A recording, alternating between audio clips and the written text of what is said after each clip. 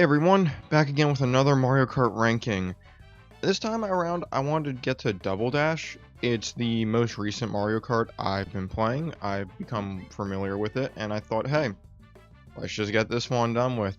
Not to say that this is a bad game, this is actually a very good game. And the last game in the series before retro tracks were introduced. Double Dash is known for its slippery controls and double racer mechanic along with the character-specific items it comes with.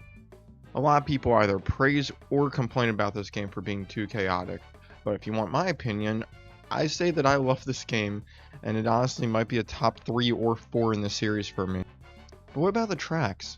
Are they good? Do they fit this game's chaos? Let me know what you think about Double Dash. Remember to like and subscribe, and let's get on to D tier and the last place in the list. So remember how I said Double Dash is notoriously known for having slippery controls? You wanna know what pairs really well with a game that has slippery controls? A fucking ice track, of course, dumbass! Sherbert Land makes me feel miserable whenever I play this track.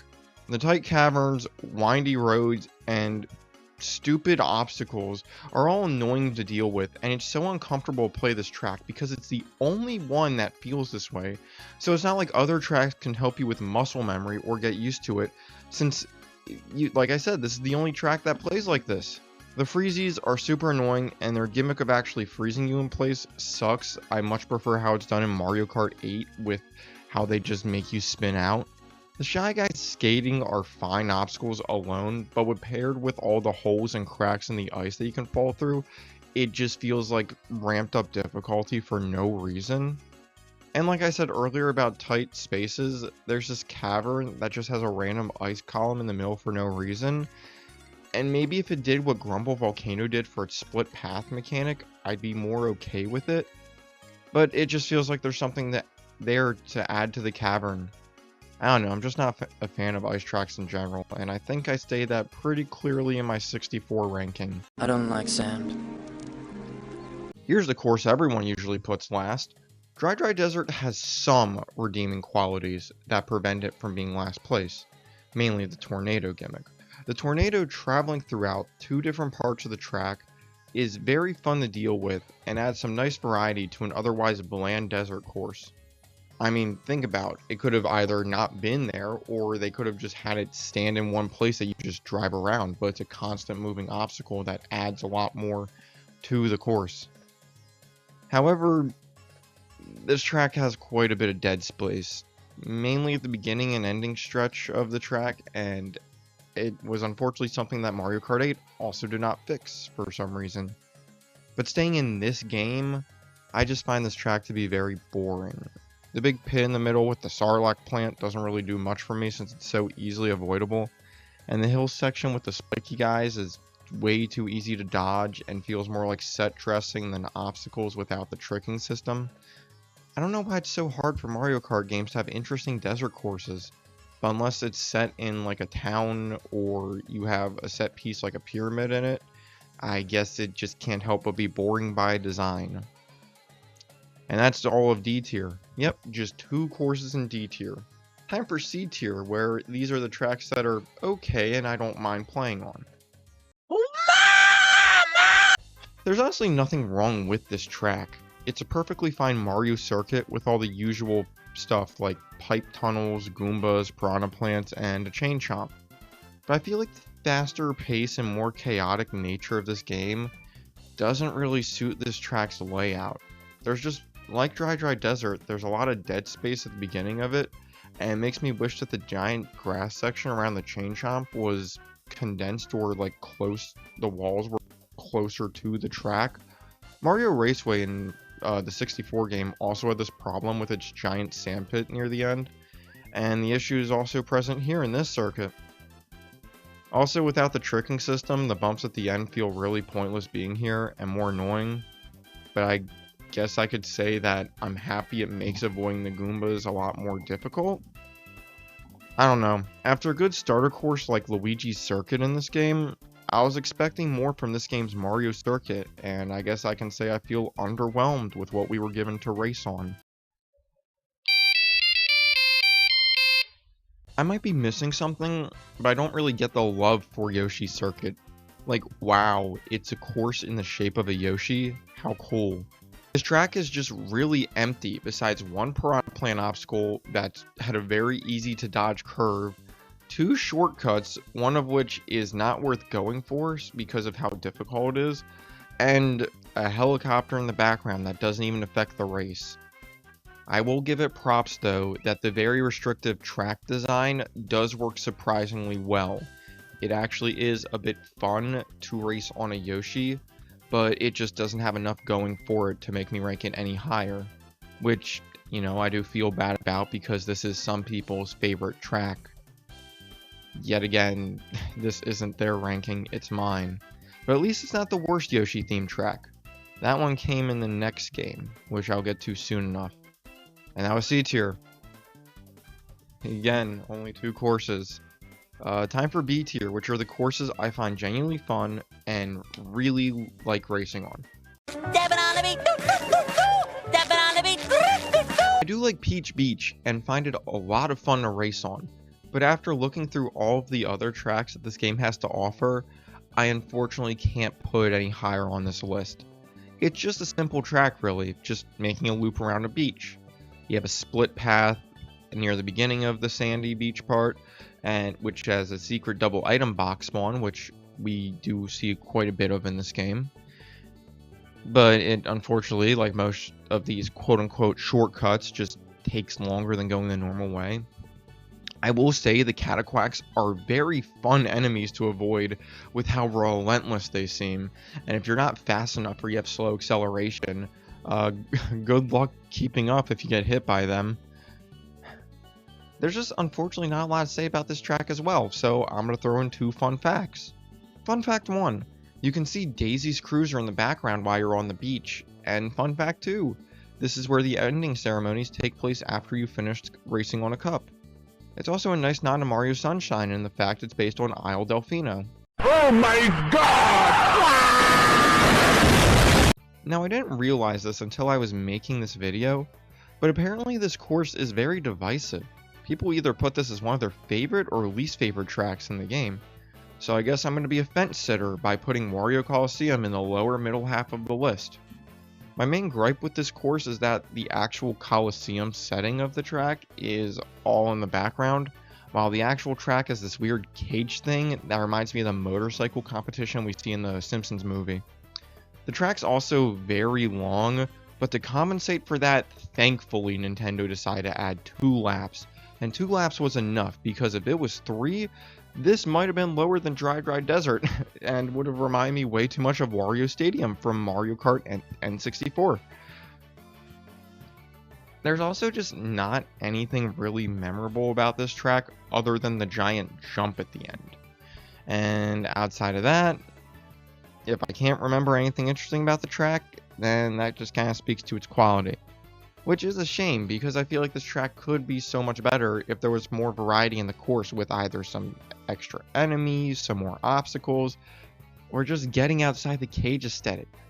But alas, we just have this cage that can be fine to race on. That's Mama Luigi to you, Mario! I made an entire video on all of these starter tracks in Mario Kart, go watch it by the way, but my point still stands that this is the best starter course in Mario Kart history, even after Mario Kart World. This is a perfectly serviceable first track in this game. It has a nice simple figure 8 layout, some neat obstacles and gimmicks like the chain chomps and the boost chains, and the openness of the center of the track all does a very good job showing how chaotic the character specific items are going to be in the later courses. I just think this starter course does a great job introducing the players to how this game functions, and just like Peach Beach, Luigi's Mansion's in the background of this course, and I just like all these little nods to like other race courses or other games and stuff. It's very fun. Welcome to Baby! Again, another divisive track in this game that goes towards the middle. This time, the direct middle of the list. Baby Park has given me some of the most fun and chaotic races that I've ever experienced in Mario Kart, but there's only so many times I can find racing on a barren oval interesting. I know that the items and chaos are what this track is built around, but I do wish this track lived up to its name.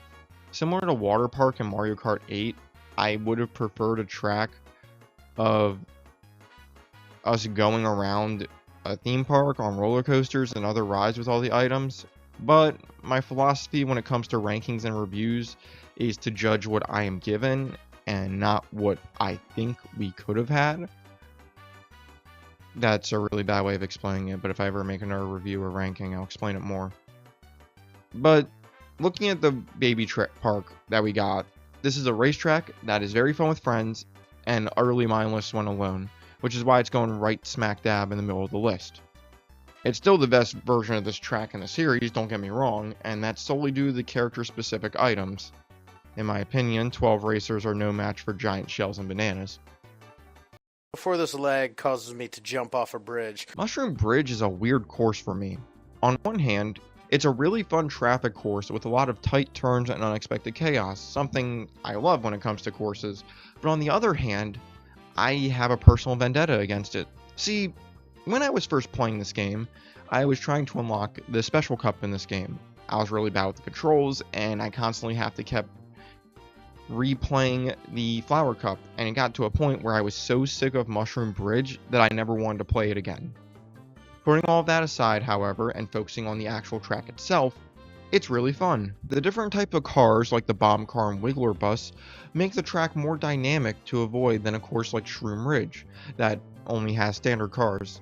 There's also the really infamous bridge shortcut that's super hard to pull off, and I have not been able to do it at all so far.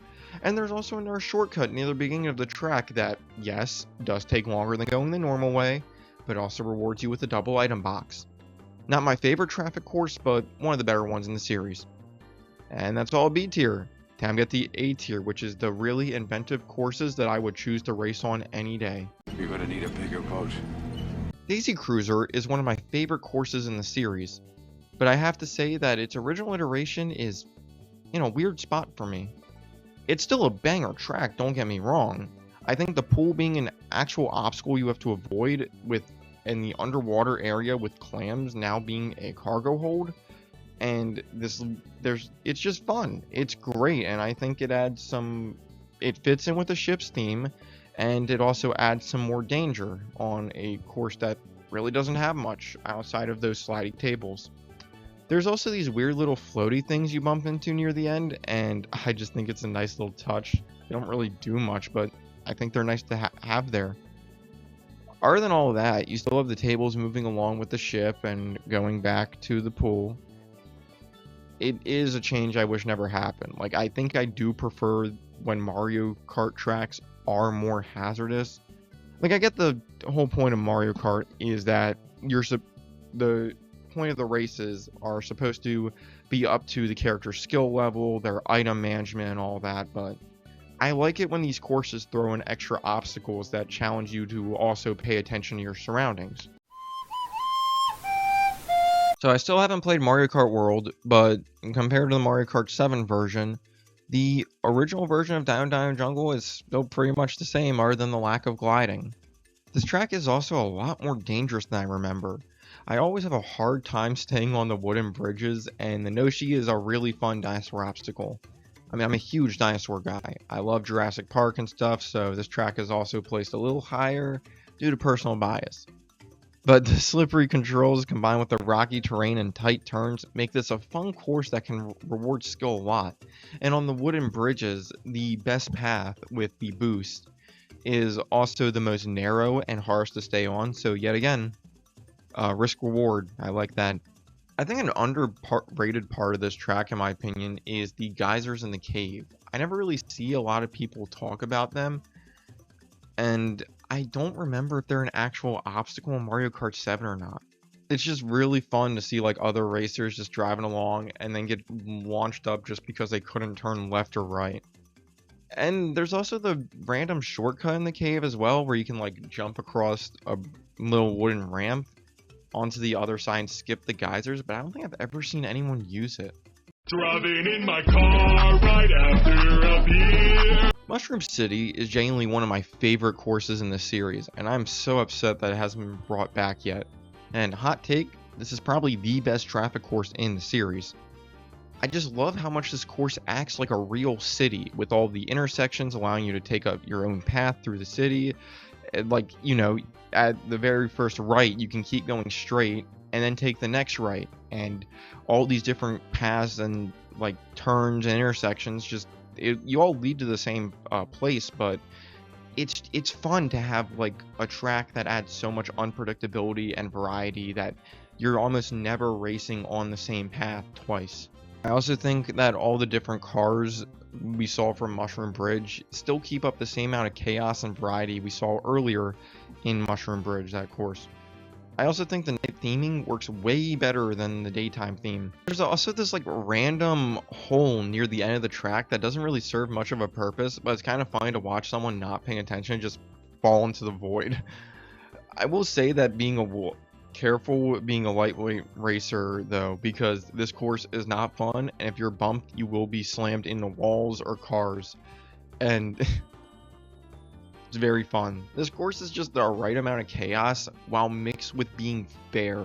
And that was A tier. Time for S tiers, which are the courses that need to come back as retros and I would play any day of the week. It's called a road, it's called a rainbow road. While this is one of the less talked about rainbow roads, I still think it's very amazing. I really like how intricate the design and layout is, with all the verticality and windy loops. The music is also a bop and spawned the iconic "It's called a road, it's called a rainbow road" meme. I will say though that the camera can feel a little too close to the racers, making it hard to see around the turns and corners, but I love a good challenge when it comes to Rainbow Road. Paired with the slippery controls, you will be falling off a lot on this track, and whereas with other games or other tracks I would be upset, I couldn't be happier about that outcome in Rainbow Road. This is also the most vibrant Rainbow Road in my opinion. I just feel like the colors stick out so well on this version of the track, in fact on any Rainbow Road compared to any of the others. The track also has a really fun gimmick where shooting stars will fall down from the sky and leave star power-ups on the track for you to get. And Mushroom City is below on this course as well, which is a really fun touch for Nintendo to have put in. While it's not as great as a Wii or 7's Rainbow Road, I still think this Rainbow Road can sit very comfortable at third place in the series. Again, I haven't played Mario Kart World, so I might change my mind about that sometime in the future. Hello? Is this Pizza Castle? This might be my favorite Bowser's Castle in the series. It's so well made and has all the gimmicks that a Bowser Castle is known for nowadays. Fire pits, windy corridors, split paths, and a giant Bowser statue that shoots fireballs. This was the first of its kind, so it may seem a little easy or long trying to incorporate all these different gimmicks and mechanics in, but I think it was pulled off so well that any Bowser Castle going forward without these features is going to feel empty. I think the reason that this Bowser Castle isn't talked about a lot is because it does everything so well that nothing stands out as being truly great, because everything's just good. I also like the length of this course. It really feels like you're going through one of the Bowser Castles in the Super Mario games, even though those games didn't start being made again until DS, but shut up. You have multiple levels, like in verticality. You have the different obstacles, like the fireballs coming through the grates, the fire bar spinning, you have windy corridors, you have thwomps like slamming up and down that you got to avoid, and then at the very end you got this giant Bowser statue that shoots fireballs as you go towards it, but also it's moving left and right, so it's also shooting fireballs at you as you run away from it. And then there's this giant ramp at the end, and then you cross the finish line and start the track back over. It's great. I think it's actually perfect, and it's just such a dangerous and fun course. Hello, human. It is I. Damn, I was really hoping that this track would be in first place, since it was my favorite retro track in Wii. But without the tricking and the half pipes, it feels a little empty to me. However, even without those future gimmicks, this track is still great, and I think it has to do with the slippery controls. Everything's nearly the same. We have all the jumps and bumps through the fire and mud, we have the piranha plant cutouts obstructing your view, and in my opinion, they're more hazardous this time around because you can't trick over them or go past them. You have to constantly be swerving through the middle, avoiding all the giant items, you're avoiding all the piranha plant cutouts, the tires and everything, so it's just a lot more dangerous. I was also in this track when I realized how close and small the Double Dash courses are in their original iterations, and how easy it is to like bump into other players compared to the Double Dash courses in their retro iterations where they feel too wide and stretched out. This track also had one of the first ultra shortcuts in the form of hopping out of bounds by the final piranha plant cutout, and then getting set right in front of the final jump to the finish line. This is such a great course, but slowly fell short of perfection due to its lack of tricking and half pipes.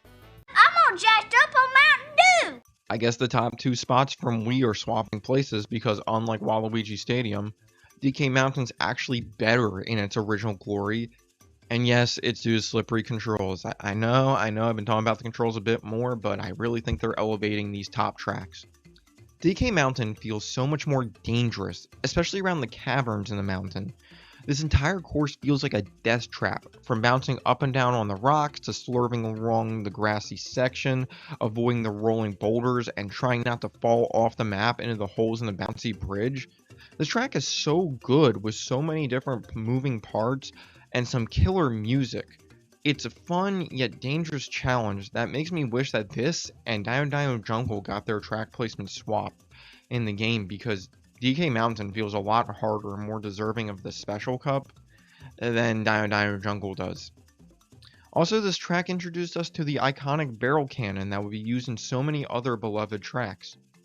And yes, while this isn't my favorite Donkey Kong theme track, I have no issues calling it the best track in this game, and I can't wait to play it again and get knocked off the bridge because some asshole put a giant banana right at the beginning of it that I can't move out of the way from. And there we have it. All 6 tracks from Mario Kart Double Dash ranked. It was fun to finally get to this game, and I hope you all liked the video. Let me know what you think about these tracks in the comments down below. I should have some extra videos up on screen right now if you want something else to watch. My name's Fallcake, and I'll catch you all on the flip side.